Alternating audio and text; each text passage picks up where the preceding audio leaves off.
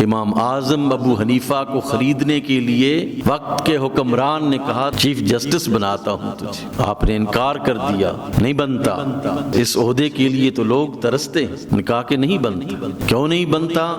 اس لیے نہیں بنتا کہ اگر چیف جسٹس بن گیا تو تیری مرضی کے مطابق فیصلے کرنے پڑیں گے، تیری مرضی کے مطابق فتوے دینے پڑیں گے، اور میں تو اللہ اور اس کے رسول کے حکم کے تحت فتوے جاری کرتا ہوں۔ اس لیے یاد رکھیے کہ اسلامی تاریخ اور اسلامی شان و شوکت جو اسلام کو اور اہل اسلام کو اللہ نے عطا فرمائی ہے، وہ ہیرے جواہرات کی وجہ سے نہیں، دراہم و دنانیر کی وجہ سے اللہ نے ان کو شان و شوکت نہیں عطا کی تھی، ان کے ایمان کی وجہ سے اللہ نے ان کو یہ طاقت عطا کی تھی۔ صدیوں تک انہوں نے حکومتیں کی، صدیوں تک، اور دنیا کے اکثر حصے پر حکومتیں کی اپنے ایمان کی وجہ سے، اس ہدایت کی وجہ سے کی۔ پوری دنیا کے علوم پر یہ سوار رہے، یہ علوم کے خالق تھے، علوم کے خالق تھے مسلمان علماء، مسلمان فضلاء، نئے نئے علوم ایجاد کرنے والے لوگ تھے۔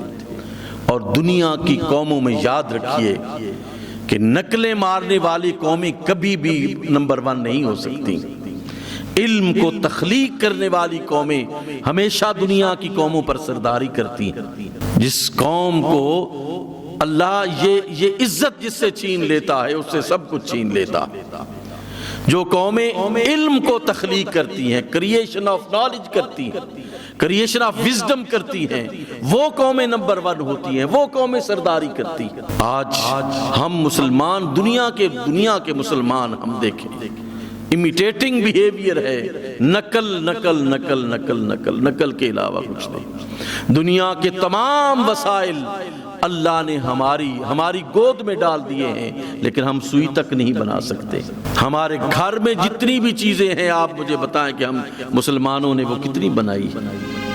ملٹی نیشنل کمپنیز کے علاوہ ہمارے گھروں میں کیا ہے؟ تو اللہ سبحانہ و تعالی جس قوم کو نور ایمان عطا فرماتا ہے، ہدایت کے راستے وہی قوم حاصل کرتی ہے۔ تباہی اور بربادی کی طرف وہی لوگ جاتے ہیں جو پیسہ اکٹھا کرنے کے چکر میں پڑ جاتے ہیں۔ ان کا ایمان بھی گیا، ان کا کردار بھی گیا، ان کی سب کچھ گیا۔ حضرت امام جعفر صادق علیہ السلام دیکھیں، مولا علی کرم اللہ تعالی وجہ الکریم دیکھیں، جیسی عظیم شخصیات نے علم دیا، روشنی دی، اور اللہ سبحانہ و تعالی نے ان کے ہاتھوں پر وہ شفا لکھی کہ وہ کسی کو ہاتھ پھیر دیتے ہیں تو اللہ ان کی مریضوں کو ٹھیک کر دیتا ہے۔ ان کو جو ہے وہ دم کرنے کی ضرورت نہیں، ان کو پھونکے مارنے کی ضرورت نہیں تھی۔ کسی نے لکھا کہ ایک زمانہ تھا کہ ان لوگوں کے خیمے آباد ہوا کرتے تھے، پھر ہم نے دیکھا کہ وہ خیمے برباد ہونا شروع ہو گئے۔ لوگ خیمے تو لگے ہوئے تھے لیکن لوگ نہیں تھے۔ پھر ایک ایسا دور آیا کہ وہ خیمے اکھڑنے لگے۔ آج کا دور یہ ہے کہ کسی بھی صاحب علم کا کہیں پہ بھی آپ کو خیمہ نظر نہیں آئے گا، دنیا کا حصول ہے بس۔